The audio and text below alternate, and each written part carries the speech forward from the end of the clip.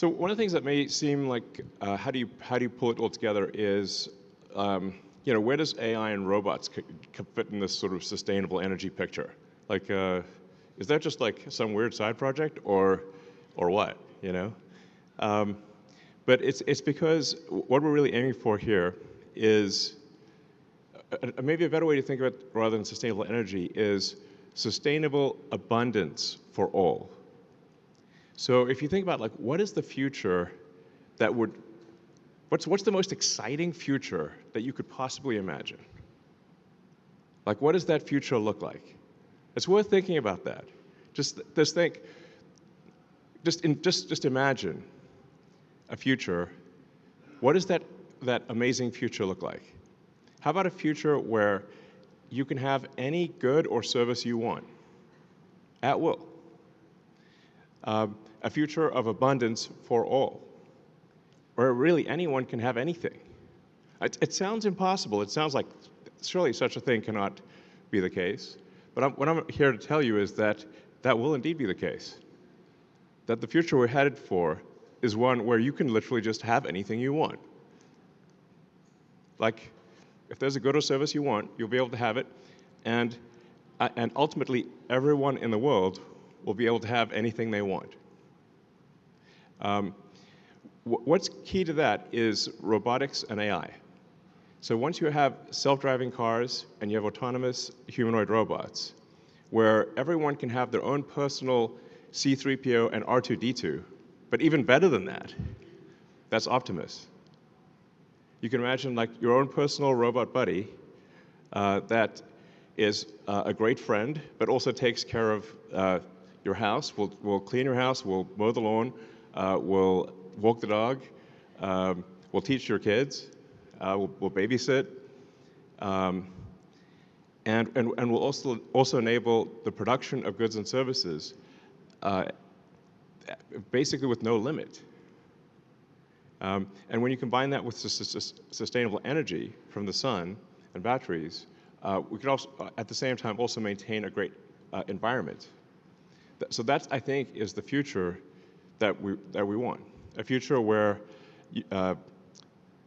nobody's in need. You can have what you want, and we still have nature. We still have, the beautiful parts of nature that we like. I think that's probably the best future. What other future would you want? I think that's like the cool future. And also space travel, let's not forget that. So if you can have basically anything you want and travel to space and go to Mars, and that's about as good as it gets. It's like, that's it. So that's really what we're trying to do is take the set of actions most likely to lead to a great future for all. So that's what I mean by sustainable abundance. And the combination of things that we're making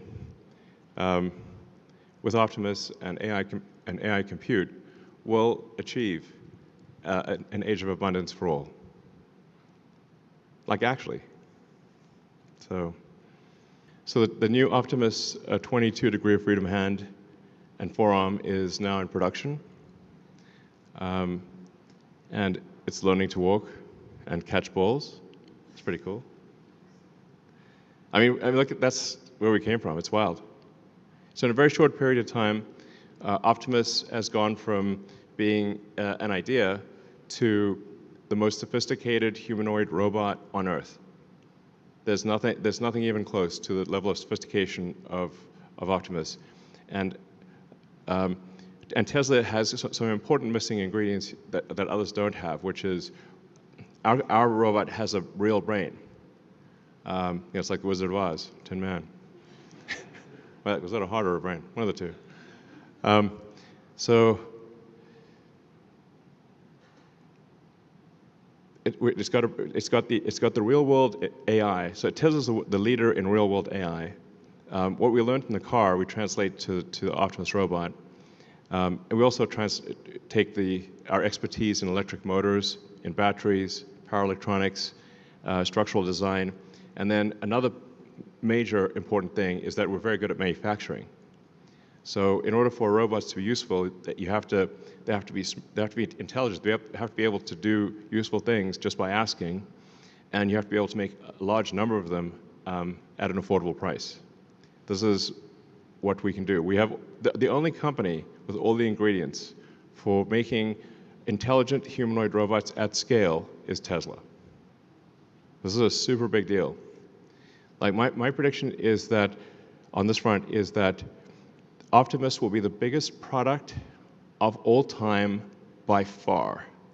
Nothing will even be close. I think it'll be 10 times bigger than the next biggest product ever made.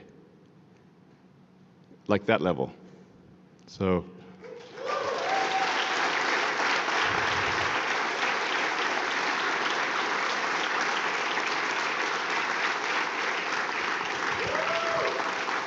Yeah. All right, so with that, anybody have any questions? Hi, Elon. I've been with Tesla for the last 8 years. Cool. It has been the most exhilarating 8 years of my career, and truly want to thank you for your leadership. I also have two little... Thank you for your contribution. Thank you. Thank you for your leadership. I also have 2 little girls who spend their weekends cruising around in their very awesome Cybertruck. Cool. I'd love to know when we can add Optimus to the family. Oh yeah, it's a good question. So, so this year we hopefully will be able to make about 5,000 Optimus robots. We're technically we're aiming for enough parts to make 10,000, maybe 12,000. But since it's a totally new product with totally new, like everything is totally new, I'll say like we're succeeding if we get to half of the 10,000. Now, but even 5,000 robots, that's the size of a Roman legion, FYI, which is like a little scary thought, like a whole legion of robots. I'd be like, whoa, okay. But I think we'll literally build a legion, at least one legion of robots this year. And then probably 10 legions next year. And I don't know, it's kind of a cool unit, units of legion. So probably 50,000-ish next year. And then it's probably ready I'm hopefully ready for Optimus to be used outside of Tesla-controlled environment, or maybe around the middle of next year, second half of next year sometime. So I think that sounds about right. Probably second half of next year is when they'll be available. And then we will offer Optimus robots first to Tesla employees. So you guys get the priority.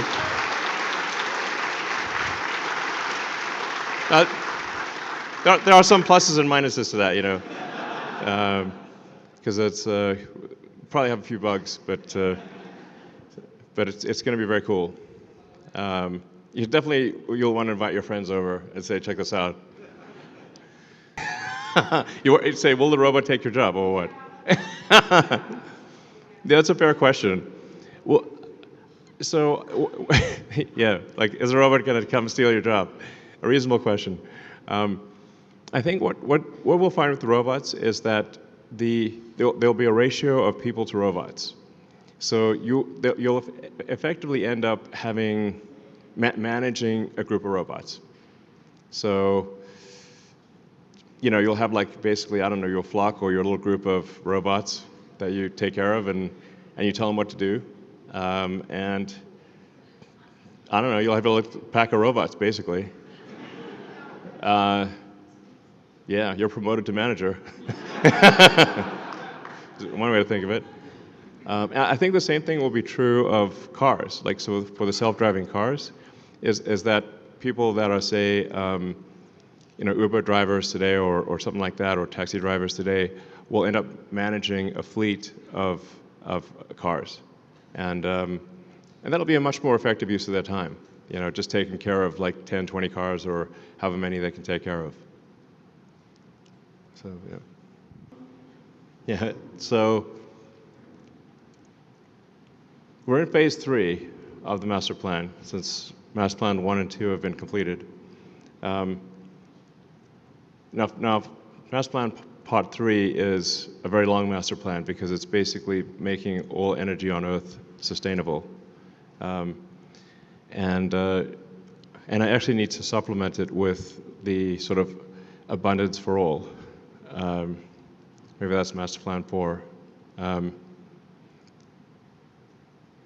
I've kind of described master plan 4 essentially, which is like autonomous cars, autonomous humanoid robots. You combine that with like solar and battery storage, and I think the future is going to be incredible. So, well, there are actually some Optimus robots being built in Fremont right now. So we'll not sure what that was, but but we expect to have an Optimus production line here as well. So there'll be Optimus production starting in the Bay Area, and then we'll have the even bigger Optimus production line here in Austin. Yeah, there's going to be a lot of robots. So, I mean, ultimately, I mean, I think we'll be making tens of millions of robots a year type of thing. It's like serious volume. Maybe 100 million robots a year.